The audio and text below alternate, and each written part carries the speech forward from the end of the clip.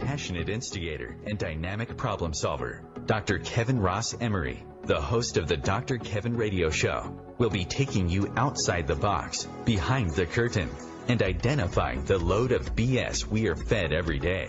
And now, Dr. Kevin.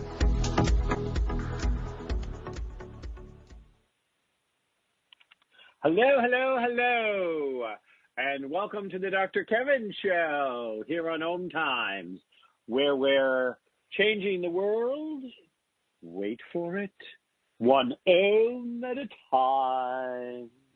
So, as always on the Dr. Kevin Show, we want to remind you it is a live call-in show, so that means that you can be part of the conversation. And you do that by calling in at 202-570-7057. That's 202-570-5757. If for some reason you're not a call-y kind of person, but you'd still like to share a thought, ask a question, participate in today's stimulating and wonderful hour of me beating the guest up, me interviewing the guest, then you may also go to facebook.com/MyDrKevin. You will see the post at the top of the Facebook page, and you can just put your comments there, your questions there. The only requirement that we have is that you must be respectful. That's it. You can disagree. You can have a whole different idea of how you see the world. You can do all of that as long as you're respectful. If you're not respectful, we delete your post, we hang up on you, because it's all about respecting that everybody gets the right to have an opinion just like you do. So that being said, we're going to start, as we always do, with my hot topic. And then the poor guest gets dragged in who has no idea what it is and is expected to talk about it. You know, it's my favorite part of the show. And then I'll introduce today's guest, and we'll put him through the Dr. Kevin paces. So the first thing is, so Julian Assange and WikiLeaks, he has now been charged with the Espionage Act if we happen to have him transported from London to our very good old US of A, who would like to have a piece of him. Just like London had a piece of him, just like somebody else, there's another country that wants a piece of him for an old rape charge, actually. Nothing to do with his wild ways. But a big discussion is, does he afford the rights of a journalist? Is WikiLeaks a form of journalism? And should he have some kind of special privilege? And, you know, it's very interesting because I'm trying to decide how I feel about this. I did not come to a conclusion. As many of you know, I wait till the very last minute to decide what my hot topic is going to be. And usually it's right out of I think it's crap, I think it's great, isn't this wonderful? But, you know, you break a law, and you broke a law, and somehow journalists get a pass if we decide that it's juicy enough or the story needed to be told bad enough. But they still broke a law. If anybody broke into the military base, you know, the database, the information, the codes that he helped Chelsea Manning break into, he was complicit in getting information that was considered classified. And because the two of them decided that the world should know it, does that mean that somehow the fact that they did commit an illegal action not be prosecutable? I'm not sure. But I think that tonight's guest is probably going to have an opinion, because I know tonight's guest and he has an opinion on everything. Tonight's guest is Dr. Rick L. Mask, a self-declared humanist and author of Social Capital 2.0. So I'm going to ask him what kind of social capital does he think Julian Assange has. So just so you know, that's coming. Has been actively involved in business and education for more than 10 years. He is currently the Associate Dean of Business and owner of his own company, independent consultant. In addition, Dr. Mask is a public speaker and member of the Nashua Chamber of Commerce's Legislative Advocacy Committee. and he's passionate about the future of communication and the relationships that exist in our world. Rick, welcome. How are you? Dr. Kevin, good. How are you, sir? Well, I could be a little bit better than I am, but then everybody would hate me because I'm so good. So, I try to leave a little bit of room to not, what can I say? It's tough being this great. So, tell me, Julian Assange, is he a hero? Is he a criminal? And should we have the right? Should journalists have the right to break the law? And we say it's okay because they're journalists. What do you think? Well, we live in an interesting time right now, Dr. Kevin, because the issue is we, first off, don't have a global governance for what information really should be or shouldn't be available. And I only say that because you have to think about it from the corporate side of things, whereas in such as Facebook, takes our information readily, does whatever they want to with it, even things that I'm sure anything we clicked when we signed up did not agree to. And they use that to manipulate us on the individual level, on a broader social level, and they're not trying to prosecute it at all. I think Mark Zuckerberg had to go make a statement, and basically got even less than what I'd consider a slap on the wrist. So I'm not sure if the reporter, journalist rules apply as much in protection of him as just the generic scope of the world we live in and how readily available information is. Now, I do believe he committed a crime. It was supposed to be, it was, private information. It was information that was classified. In that regard, a crime was committed. But I really think that we need to look at precedents, not only for these individuals, but for what companies are doing as well, and really try to come up with a dialogue around the ethics, around limitations for the internet age that we find ourselves in. This manipulation of data, this leaking of information of individuals, it happens every single day. But it just so happens when it happens to a government and it lets information loose that they're not really comfortable with letting loose, then it becomes a problem. But when it happens to the vast majority of citizens of this country, nobody gives a damn. Okay. So he's guilty of something, but if we're not going to prosecute everybody, why should he get prosecuted alone? Is that what I heard? That is correct, Dr. Kevin. Okay.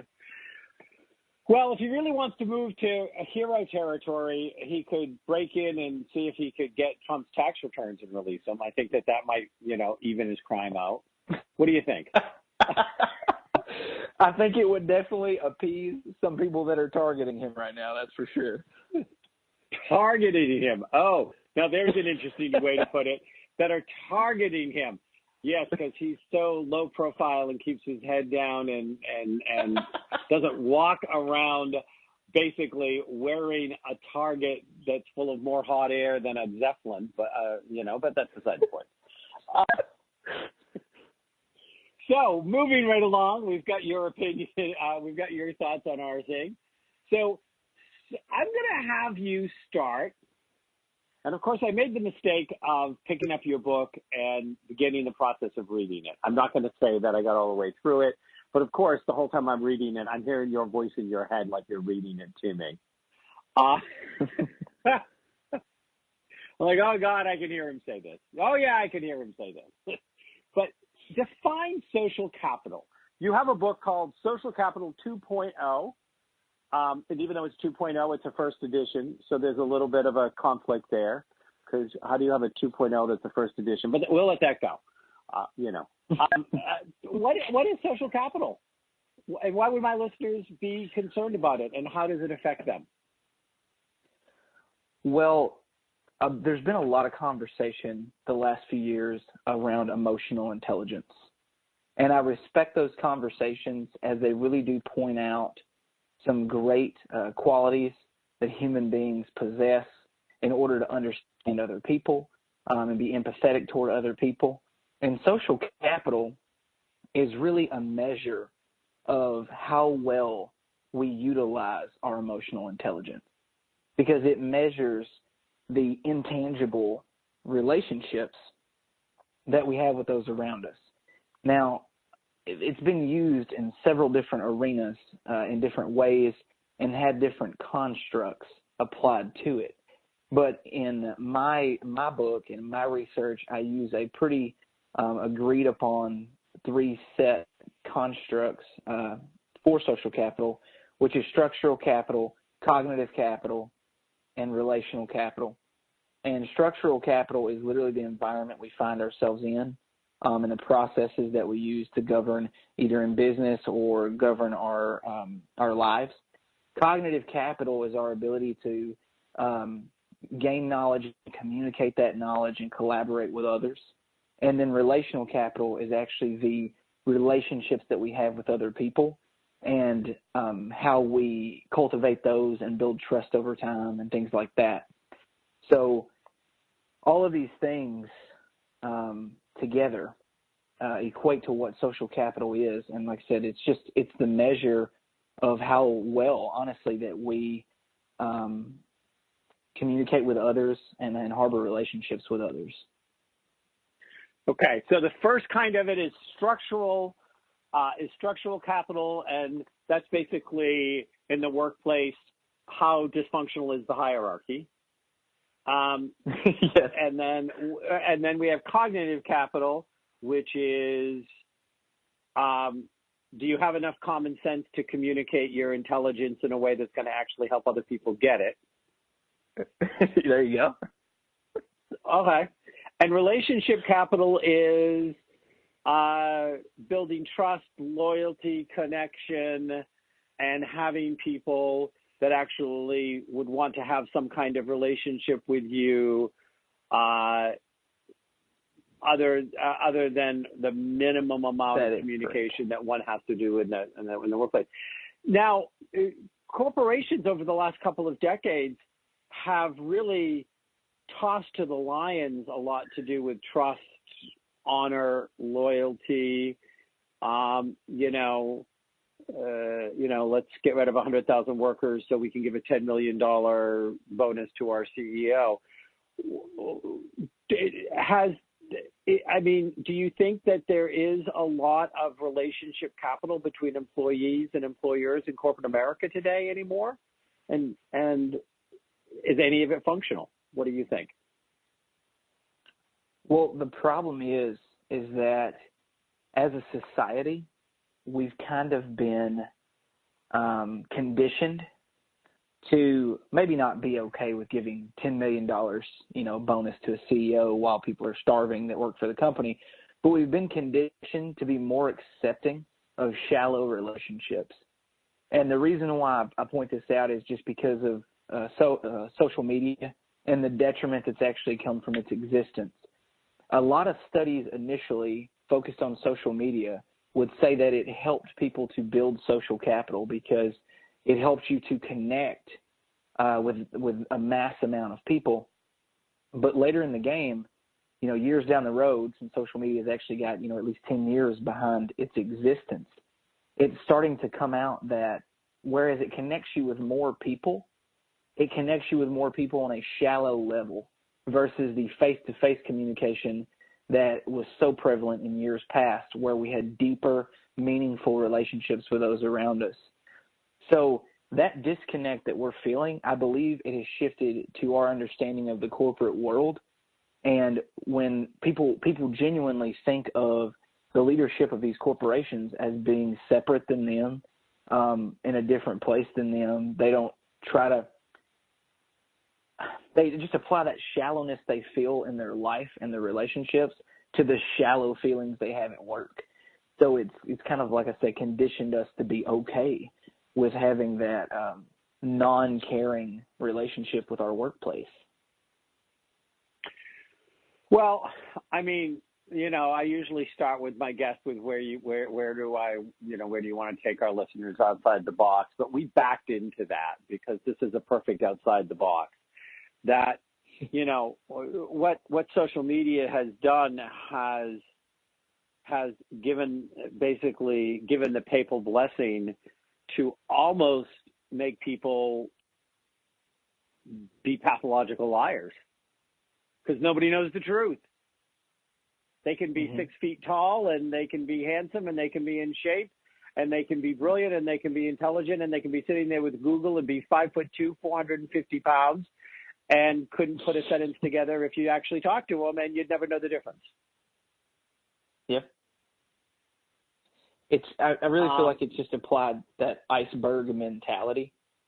Social media lets you be the tip of the iceberg and then hide the other part. You know, usually they use the iceberg metaphor for something positive, you know, like hard work.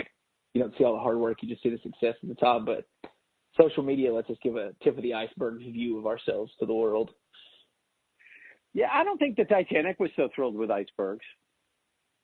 Just saying. So in this, though, I don't know. I feel like there's a cart horse thing going on here, and I'm going to completely own the fact that I may be not hearing you correctly. I think that the faux friendliness, stab you in the back in a heartbeat, only care about the numbers, middle and upper management of corporate America laid the foundation for social media to have people accept that, you know, false relationships. I don't think I heard you when I heard you, I thought you said it the other way around. Like social media made it okay, but I think that I think corporations have been screwing us for decades before as people who should be treated like a human that actually has needs, desires, and a value just in their humanity. So we'll come back and see if I heard you backwards. Maybe my dyslexia has moved to my ears. We'll be right back with Dr. Rick Bask, the author of Social Capital 2.0, the first edition, mind you.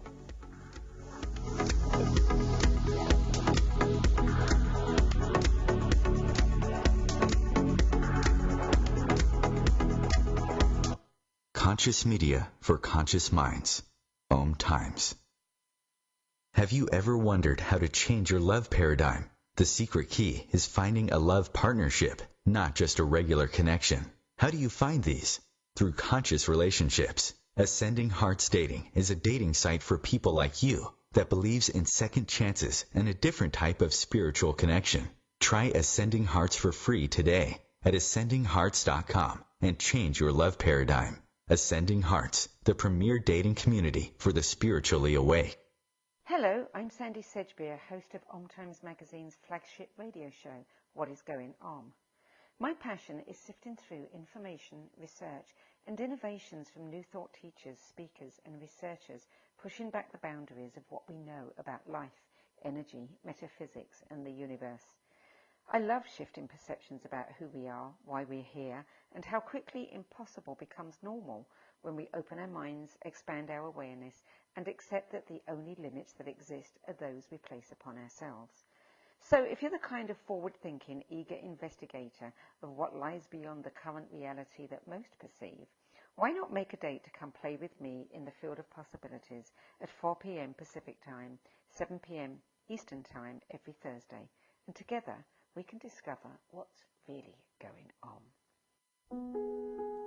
Imagine being fired because of who you love. Imagine being denied medical treatment because of who you marry. Imagine being evicted because of who you are. Millions of Americans don't have to imagine this. They have to live it. Because in 31 states, it's legal to discriminate against LGBT people. Get the facts at beyondido.org. Brought to you by the Gill Foundation and the Ad Council.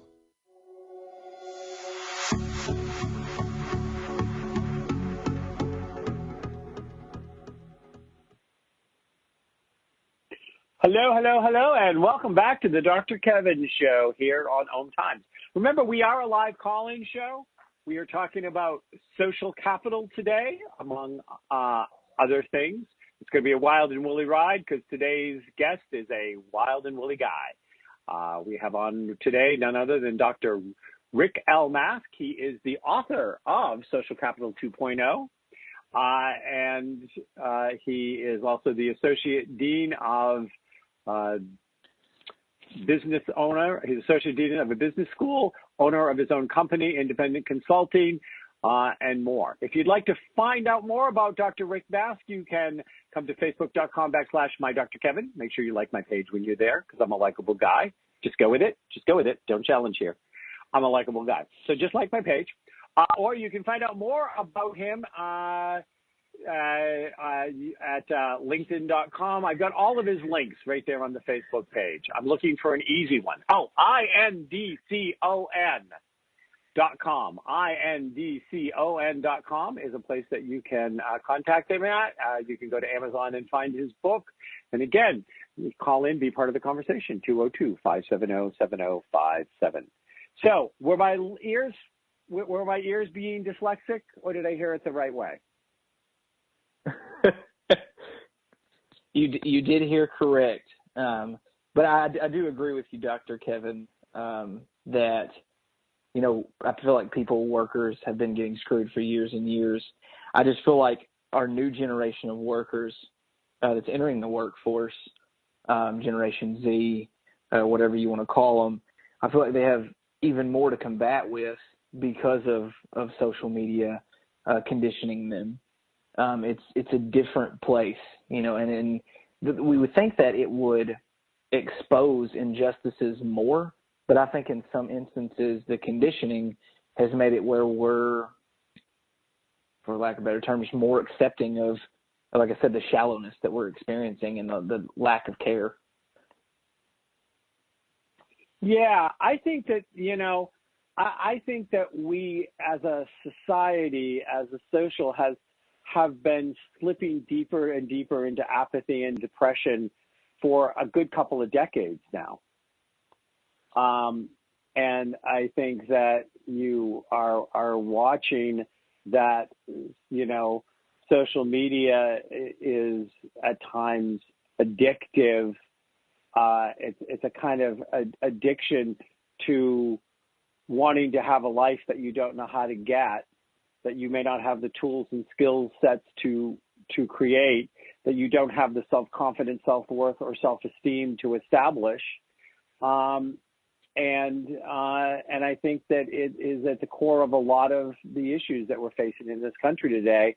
And I put it right back on 1950s onward media, whose main goal was to destroy self-worth and self-esteem. Thoughts? That's your cue. Speak. Hello. Yes, sir. I can. Can you hear me? God, we're listening. All right. So yes, I totally agree. I mean, it's to me, any situation where we can see 2 or 3 or 4 companies controlling it in the business world equates to me that we've got a situation. And we've seen nothing from the 1950s forward but a reduction in the amount of companies that are controlling media in this country and worldwide, for that matter. And because of that, we are getting fed the same crap from every single source. And there may be a different spin on it or a little bit of a different take, but everything is coming in to bring us to a certain place, a place that I feel like the media and anybody in control of that wants us to arrive at. Just like with the Julian Assange thing, I think it's proven that, you know, individuals are not allowed to get away with such crimes, but corporations can, and that's okay.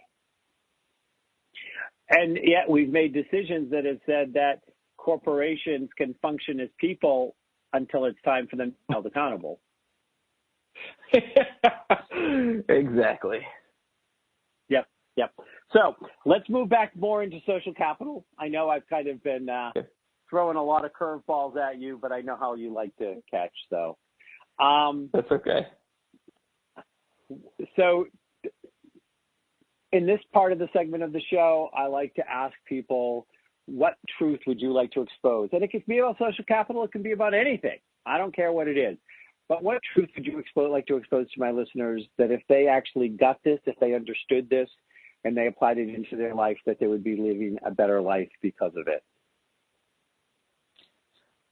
I just want people to understand that, and Facebook, I'll target it directly,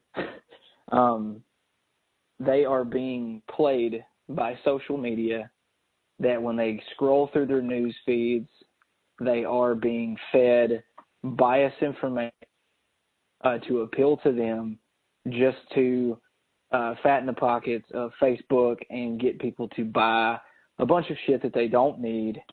And these polarized views that you're feeling, this is not the way the world works. This is a smoke and mirror situation, and it's sad because it's purported on an individualistic basis. Every single person is exposed to it every day. And with the fewer and fewer physical conversations, face-to-face communication conversations that we're having, we're getting further and further polarized. These biased perspectives that we've created, and it's being fed by algorithms. And we're getting further away from true human connection and the true meaning of being an individual and understanding others in our society. And technology used for this purpose has overridden its usefulness and its intended purpose, which is to be a tool for human flourishing.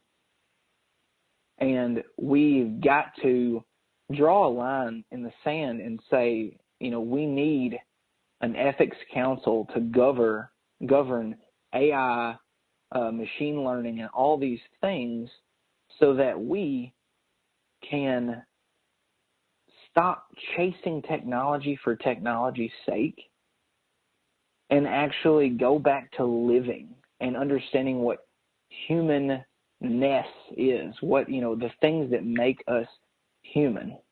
And we get that from face-to-face relationships, deep connections with other people, so we can show empathy and sympathy and understanding. And as long as we let our Facebook feed deliver that connection for us, we're screwed. So that which was created to be a tool has become a tool. Yeah. That's what I heard you say. It's become a tool for evil. Yeah. But, that whole saying about when you talk about somebody being a tool, it's not a compliment. Exactly. And so, I have often said, I promote my business, the work I do, and causes I believe in through my social media. I posted my wedding pictures. That was like the last time I got hyper personal in anything, was I posted my wedding pictures. And that's because it was the easiest way for a lot of people who were there to want to get my wedding pictures. But I don't do my personal life on Facebook. And I often say that if I wasn't in a business where it was so important to promote myself through social media, I don't know that I'd have any social media accounts at all. So my question for you now is, you have pointed out this poison pen, this poison pill that we're being fed every time we bring up our Facebook feed or our Instagram or our Pinterest or our Tumblr or, whatever.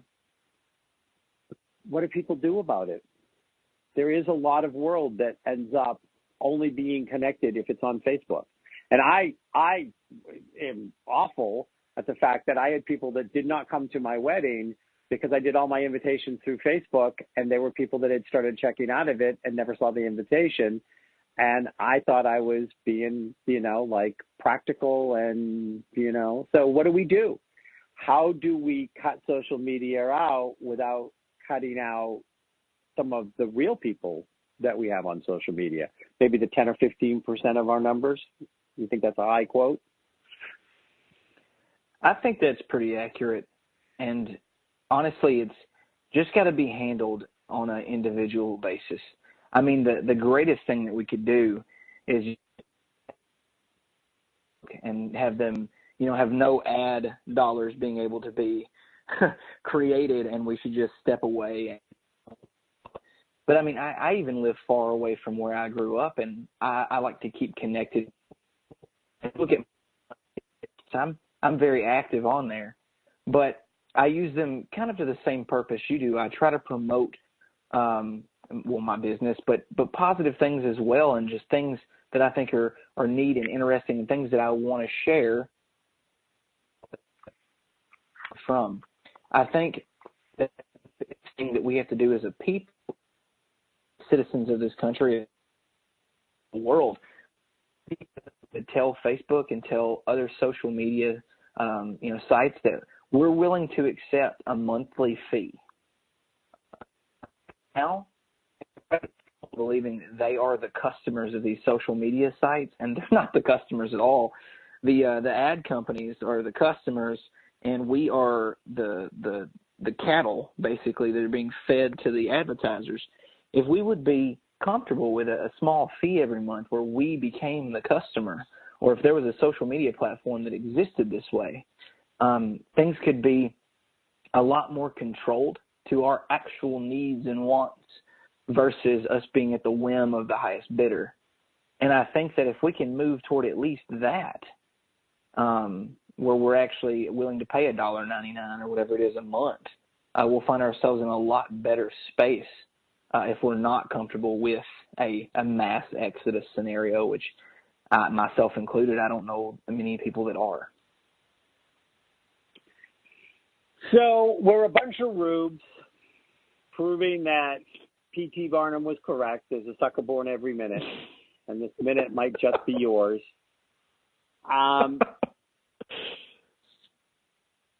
And in a world where people, so how are you teaching your children how to have social capital? Because social capital, and I happen to know you have children. I hope you don't mind me mentioning it on air. No, not a problem.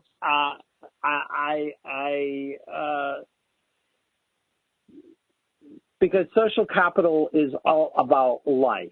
We put it in a framework of business, and the book is more business oriented about social capital and how to use your social capital. But if social capital is everywhere, there's no place that you're not spending or purchasing or dealing in some kind of social capital. Is that a true statement? That is a true statement. So how are you teaching them to not deal in counterfeit capital, which is what social media is? It's counterfeit. It's counterfeit capital. What I try to do is have fake money. It is. What I have them do is I try to have them involved in as many extracurricular activities as possible. Children from different backgrounds and meeting people constantly to be comfortable with being around new, unique individuals daily. And then individually, if one of my children asks me a question, I make it a point to not only provide my singular perspective or my bias. So if you take a conversation about religious beliefs, I will respond to that question to my children from as many different backgrounds, as many different areas of the world as I possibly can, to try to broaden their perspective and limit biases that they may be forming. I want to stamp out anything I can for them that would hinder them from having genuine relationships with others. And I also, do not promote social media with my children. From them viewing me on it to me talking about it, I don't had not introduced them to it at this point in their lives, and neither one of the younger ones are double digit in age, and my oldest son is away from me, so I have less control there. However, I definitely am limiting their exposure to that as much as possible. Okay. Well, and you bring up an interesting point, which, has been a point that Broadway, of all places, has addressed several times through several different musicals, which is children will listen. Children must be carefully taught. And I really think that there is a malfunctioning piece of DNA in a great many parents I come across who don't understand that if they're social media addicts, no matter what they say to their kids, they're teaching their kids to be social media addicts. If they're not welcoming diversity but staying in a very limited lane, they're teaching their children to be in a very limited lane. We've known this. It's been discussed for hundreds, if not thousands of years. And yet, every crop of parents that I come across in my business, in my life, whatever, I watch them role model all of the worst behaviors, but think because they said something else that that's what the kid's going to do. Thoughts? It's the true statement about children being sponges and picking up everything, and they do. And 80% of communication is nonverbal. So your 20% worth of statements you make to them is shadowed in comparison to the 80% of nonverbal cues they're picking up on. Okay. So, again, I know we're going to be going to break in a second, and then you'll get off this hook, and I'll hook you on another hook when you come back. Oh, and there's the thing. I didn't get my last question in. Okay. We'll be right back with Dr. Rick L. Mask, author of Social Capital 2.0, here on the Dr. Kevin Show.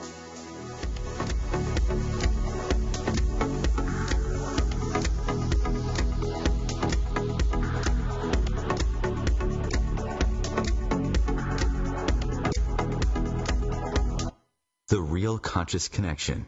OMTimes Radio. IOM FM. The number one reason girls drop out of school in sub-Saharan Africa is lack of access to feminine hygiene products. The Pads for Schoolgirls Project, an outreach of Humanity Healing International, is changing this paradigm by setting up sewing programs at schools, teaching girls a vocational skill, while producing the reusable pads that help keep them attending classes. The girls pay it forward by making and giving pad kits to other girls in need. To learn more, visit humanityhealing.org. Humanity Healing is where your heart is.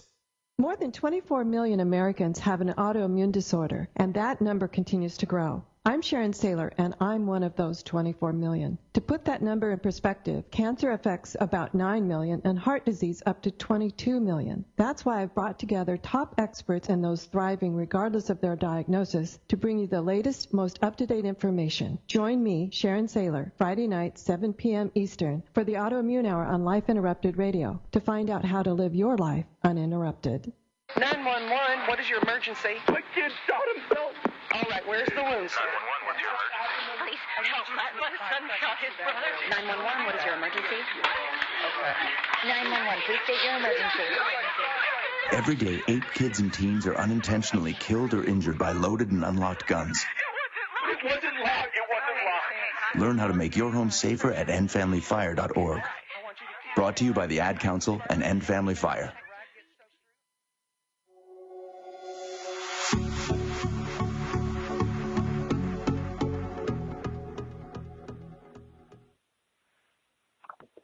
Hello,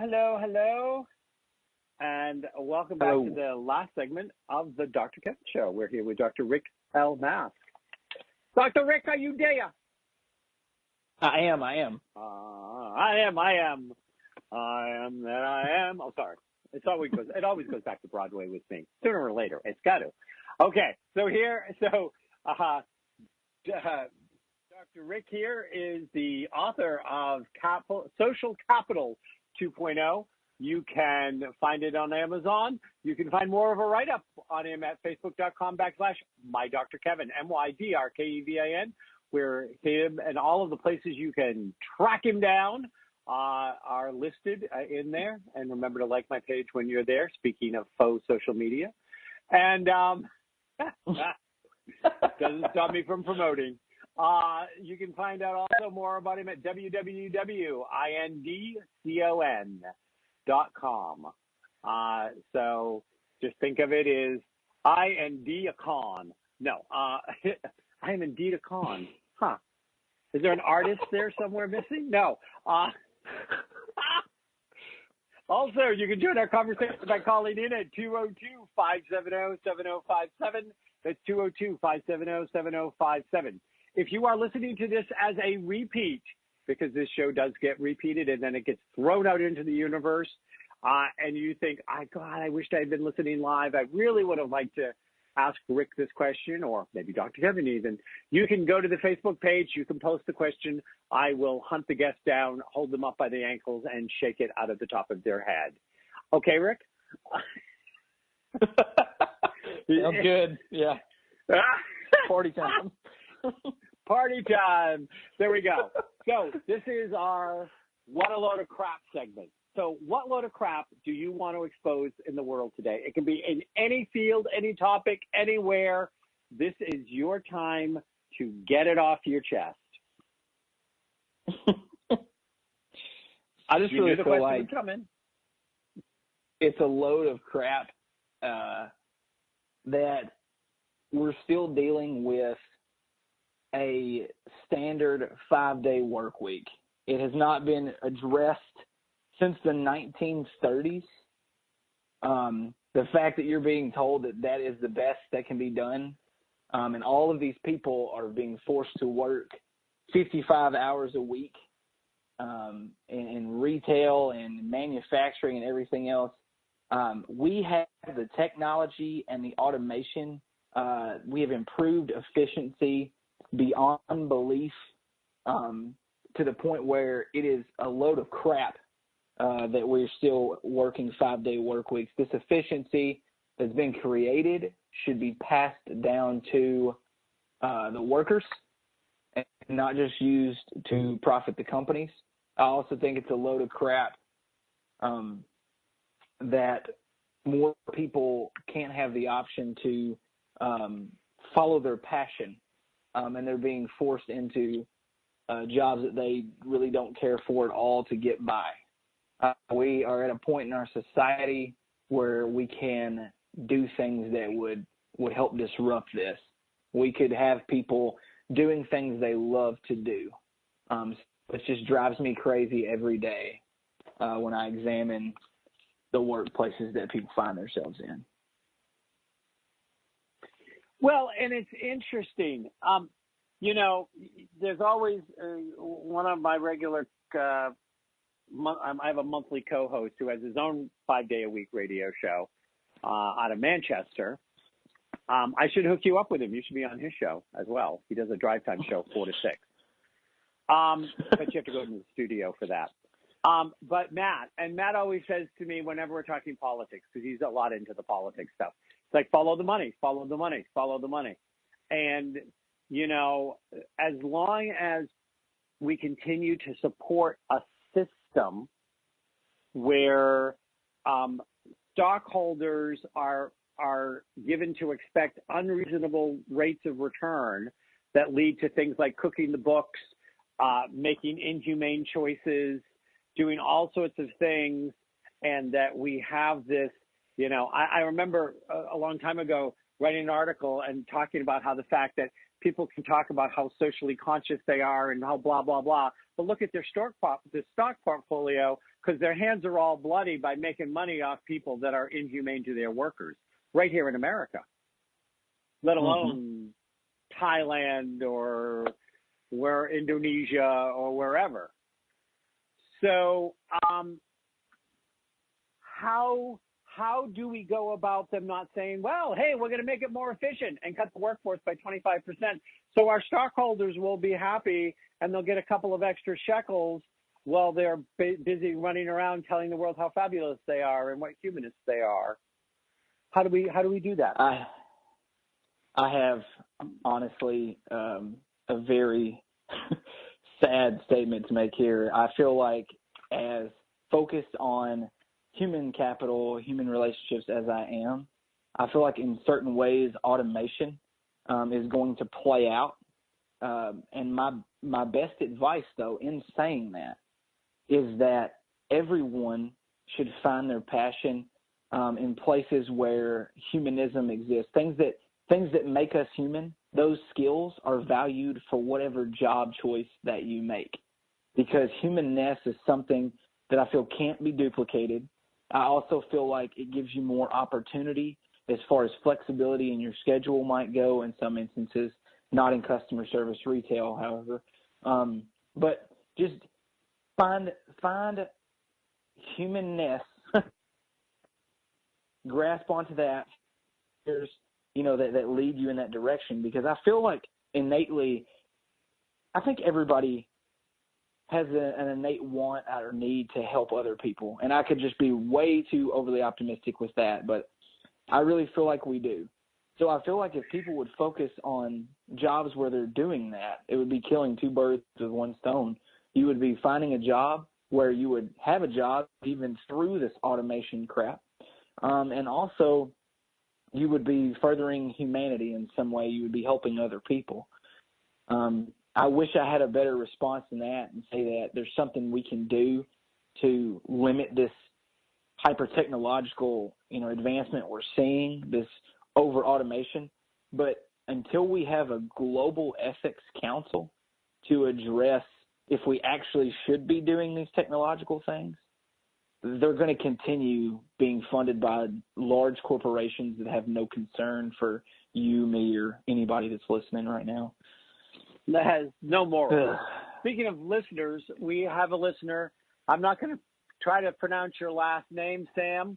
If you really are interested in his last name, you can come to facebook.com/mydrkevin. I want to share his comment, though. He said, I know of some places that offer 3-day work weeks. They reward you by taking away your weekends and make you work 3 12-hour shifts. 5-day work weeks seem to be our forever doom. And that's a very interesting statement, because when I was leaving corporate America and starting my own business 29 years ago, I opted into a place where I could work 3/12 because it gave me 4 days a week to build my business. And I looked at it as the perfect transition schedule. And actually worked 4/12s when I needed to, as my business was doing it, as a lot of new businesses do. Stop, start, stop, start, stop, start. So I'd pick up an extra shift here and there and do that. And so I just wanted to throw that in. But I think that it's the magic number. I don't even think that it's about 5 days a week. It's like, what made 40 hours the magic number? What made it, could we come up with a pricing system that says this job has this value, and if you get it done, this is what we're going to pay you for it. And we don't care how many hours it takes. Now, some things, obviously, like you got to have somebody behind the register. You still, you can have as many speedy checkouts as you want. You're never going to walk into a store where there's not some human there, because there will be humans that you can't trust walking in. Unless we get to a futuristic thing where you can only go in with an eye print and a thumbprint, and then cameras are watching you constantly. And if you steal something or do something, then the police just show up at your door. And I say this and you laugh, but I fear that we could head in that direction if we're not careful. But thank you for your comments, Tim. But is it 5 days a week, or is it the 40-hour? Which is the biggest bang? What do you think? I really think that it should go to a post-capitalist place like you were referencing, where we have, a skill that needs to be done. We have a job that needs to be done, and whatever, however long it takes you to do it, you still have a method of pay for that. Or even contributions to society being rewarded, where we do multiple things in a day. So maybe in the morning I go up and help with legislation in Concord, New Hampshire, and then I go help out at the college and perform duties as a dean, and then maybe I go volunteer at the Boys and Girls Club, and that contribution to our society is what I get paid for. So it's based off of merit, like you said, rather than a time scale. Well, we haven't. The human race is interesting and diverse, and I definitely am one of those people that has moments where I love humanity and I hate people. But, there will always be those who will take advantage of any system as much as they can for any number of reasons. And, I don't think that humanity is capable of no accountability. I think that we are always going to have some kind of accountability in it, in what goes on. One of the things I like, and you and I talked a little bit about this when we had breakfast, is because I'm a big fan of Mayor Pete, who's one of the Democratic contenders for president. And one of the things that he said that talked about freedom and how that, freedom has been constantly held by the Republican Party as freedom from regulation, rules, stuff like this. And he said, but there's no freedom if you cannot leave your job that you hate to start a business because you have to have the health insurance. That's not freedom. And some of the things we have to put in place is to say, if we have jobs that people are doing that we could automate, then we also need to create a system where they're not punished by having to work 3 part-time jobs to make the mortgage, and to empower people to say, hey, what are your gifts? What are your talents?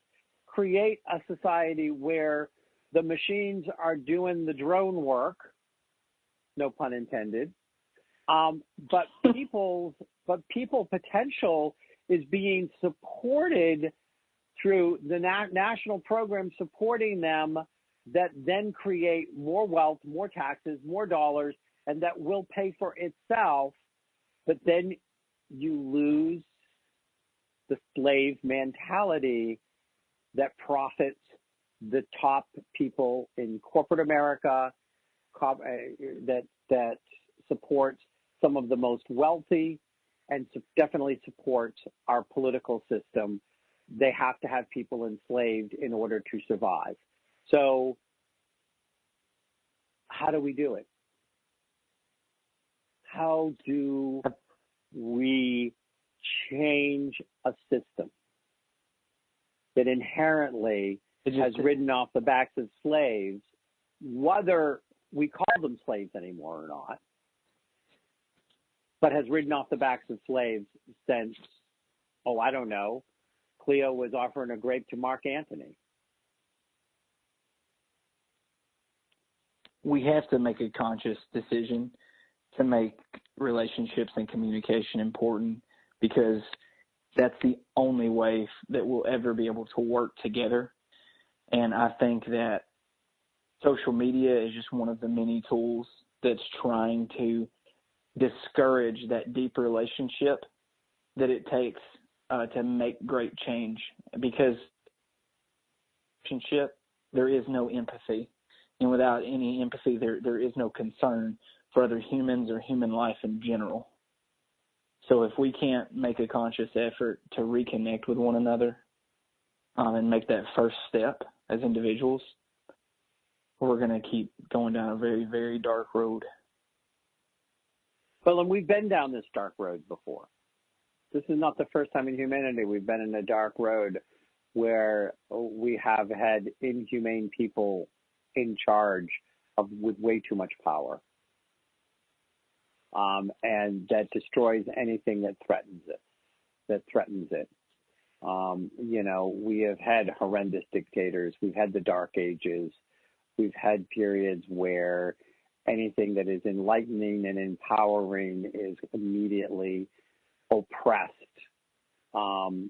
because the people in power won't stay in power if people become empowered. And so we have to look at our relationship with power in all of this as well. Not only our relationship with each other, but our relationship with power, and how we give our power away to it, and how we idolize it and we put it on pedestals. We have to look at how we teach it and how we teach the very nature of what truly is power. Because some of the greatest social capital in the relationship form is is the power one person can have over somebody else because of the relationship, and whether they're going to use that to empower the person or unempower the person. Thoughts?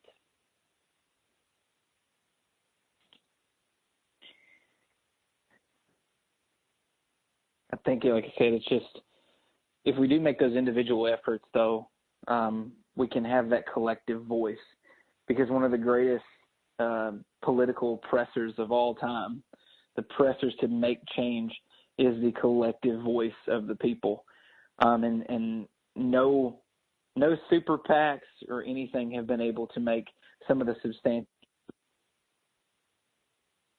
times came from social movements and collective voice.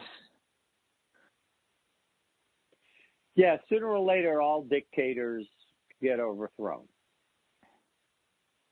But I think that we have to make intrinsic changes in everything from our communication systems to our accountability systems to our educational systems that allow dictators to be replaced by dictators sooner or later.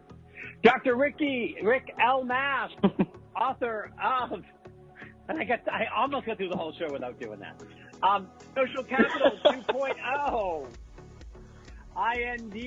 INDCON.com, or you can find the book at Amazon. Dr. Rick, thank you for being on the show. You'll have to come back and play again sometime.